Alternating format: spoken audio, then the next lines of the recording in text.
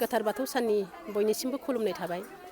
दिनैनि जोंनि सोनाब खेरुनि गामिनि बाथौ सिबियारि रायजो राजा बयनिसिमबो गोजोन हामलायनाय जासिनानै दिनै जों गामियारि इसिबां मोजां जौगानायनि लामायाव जों खौसे जानानै जोंनि इयुन जोलैफोरनि थाखाय जोङो दिन्थिलांनो हादों। बेफोरनि थाखाय जों थोजासे गोजोननाय। आरोबाव फैबाय थानाय समफोराव जाहाथे जों बेफोरबायदिनो साबसिननिफ्राय हामसिन देखायलांनो हाथों बा उन्दै उन्दै गथ'फोरखौ जों बोसोन होलांनो हाथों बा बिसोरनि गोसोआव जौगानायनि थुलुंगाखौ जों होलांनो हाथों। बेखौनो आं आफा बोराइ बाथौनि सेराव आं बोर बियो। जाहाथे इयुन जोलैफ्रा दुलाराय बाथौ धोरोमखौ मोजांनिफ्राय मोजांसिन जौगाथायखौ दिन्थिलांनो हायो। बेखौनो आं आफा बोराइ बाथौनि सेराव आं बोर बिनाय जाबाय। गिबिसिनथाराव सोरजिगिरि आफा इसोर बोराइ बाथौनि सेरावहाय जोङो खर' गंग्लायै आर'ज गाबहरबाय। आसा खालामो बे गोथार बाथौ सानजों लोगोसे मुलुगाव जेब्लायबो गोजोननि बारखौ बारहरगोन आरो जों गासै बर'साफोरनि जिउआवहाय सुखु गोजोनखौ लाबोना होफैथों। जोङो दिनै सोनाब खेरुनि गामि हिसाबैहाय जोङो गोबांथार जोङो हाबाफारि लासोआखै। जोंहा माखासे थिखानाय नेमखान्थि दङ।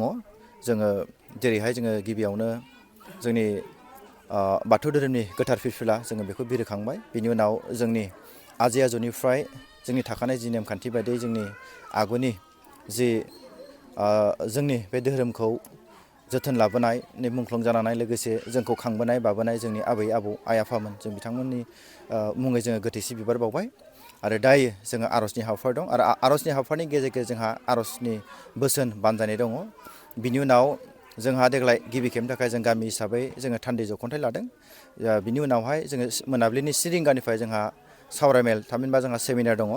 बेवहाय जोङो आलासि महरै जोंनि सानजा गफुर बियाब बाथौ गौथुमनिनो मानाव गेदेर आफादगिरि मुस्रि रनेन बसुमतारी जोङो सारखौहाय हांख्रायदों। आरो लोगोसे बिश्वनाथ जिल्ला माइनाव आफादनिनो बारग' आफादगिरि संगिता बसुमतारी आब'खौबो जों हांख्रायदों सेमिनारावहाय आलासि महरै। बिथांमोननो जों आलदा आलदा जोङो टपिक होना दोनखादों।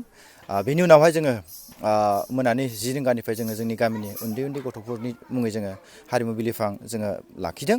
आरो बे हारिमु बिलिफांखौ बेखेवनो हागोन जोंनिनो गामिनो मानाव गेदेर बिथां बिश्वेश्वर बसुमतारी जाय अल इन्डिया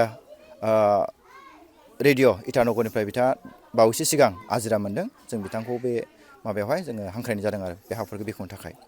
बेखिनियानो।